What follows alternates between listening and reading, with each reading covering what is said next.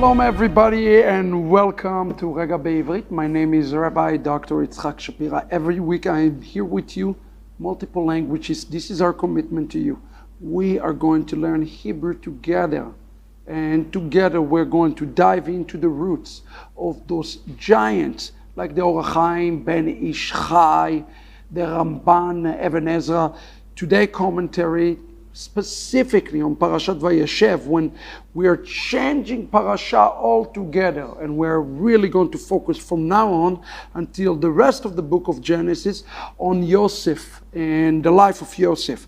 And in this parasha today, Vayeshev, although we are going to look at Yosef specifically, I want to focus your attention today specifically on the words of the Torah about Yaakov, and how should we understand the beginning of the portion. At the beginning of the portion it says Ele toldot Yaakov Yosef ben Shva Esre. This is very important that we see that. The verse before that though says Vayeshev Yaakov be'eretz megorei aviv be'eretz Canaan. Now I want to deal with both verses together. I'm going to actually go backwards for a moment today because I think it is important for us to look at two aspects of this. Vayeshev Yaakov, and Yaakov settled in the land of Canaan. We have to understand what it's meant by that by the Or HaChaim. And then the other thing is Ele toldot Yaakov Yosef. Why is it that Yosef is being described to us for the first time as Yaakov Yosef? It's like my father's name is Abraham. It's like if somebody would say, here is the birth of Avraham Yitzchak. Well, wait a second, my name is Yitzchak. Why is it that it says Avraham Yitzchak? There's something very shady about the way that Yosef is being introduced to us. He's introduced to us for the very first time in the expression Yaakov Yosef, Jacob Joseph. That is his name, and we have to understand that and then understand why this word Vayeshev is so important here in the text. And of course it's in your Bible Vayeshev, and he sat and he dwelled and he rested. There could be different words, but let's go to Or HaChaim for a moment. It says on the word Ele, our sages blessed of memory. We already talked about the Ele before. Here it's the word Ele. Listen to what it says. Our sages of blessed memory have says in Yerushalmi, okay, on the Midrash, and also in Talmud Yerushalmi, it says that any place that the word Ele, this, okay, is stated at the beginning of the Torah passage, it's disconnect to the people or the topic that discussed previously. Well, the question is, who has been discussed previously at the very end of the other parasha? It is the champions, brothers and sisters, of Esav. It's the lineage of Esav. If you read in chapter 36, you will see this starting actually before that. It's all the lineage of Esav. Yaakov came to Yitzchak, his father, and here Yitzchak went to Yaakov, and then we read about his other son, Esav, and now there is a complete separation and cutting. The Torah tried to tell us that there is absolutely no connection whatsoever. That's important to understand, between Yaakov Yosef and Esav. And I love the way the Or HaChaim said. He said, by using the word here, the Torah disconnect the offspring of Esav, who were discussed at the end of the previous parasha, from the offspring of Yaakov, who is now being discussed. However, if this is all that the verse had in mind, there was no need for it. What is it says? Why does it say it? Why the Torah make this point? Because Nifsal Esav. Write yourself those words, Nifsal Esav, because himself has already been disconnected and disqualified from Yaakov and the Jewish people. He become pasul. The word pasul is the word unkosher, unclean. The Torah wanted to tell us here that Esau is already unclean from this distinction. Ve'ele toldot Yaakov Yosef. Okay?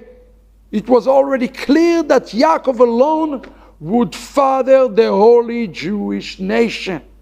And Esau and his descendants would have nothing to do with them. We must therefore seek another explanation of the Torah for the word, this, Yaakov Yosef. So why is it says Yaakov Yosef? The Torah needed to discuss Yosef, but where are the 10 tribes that are older than him? Surely, it says, something should have been said about them before Joseph's story. They're not even mentioned. Now our sages of blessed memory, Genesis Rabbah 84, verse 5 and 6, deal with this question. They understand that this clause is to be rendered as the word offspring of Yaakov, Yosef.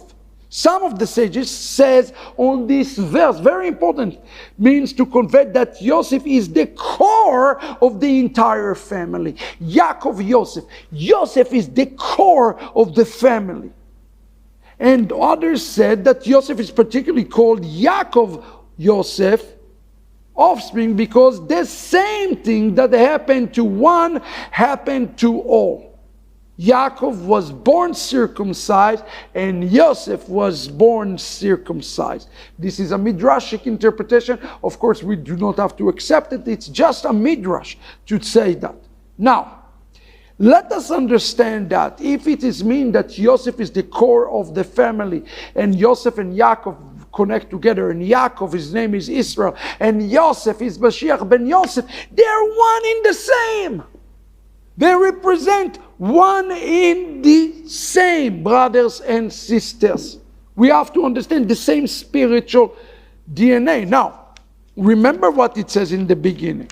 It says in the beginning, Yaakov settled in the land of his father lodging. Vayeshev Yaakov be'eretz mekorei aviv. He settled in the land of Canaan. Now, this is important to understand. What is the issue here with this text? Bikesh Yaakov Avinu leyashev beshalva kipetz alav rogzo shel Yosef. Yosef listen to this. Our father Yaakov wished to settle down in tranquility. He wanted shalom. So the anguish of the kidnap of Yosef pounced upon him. The moment that Yaakov says, I want to take a retirement from the tikkun of my brother Esau, all the gates of hell, basically, Or HaChaim says, have opened upon us.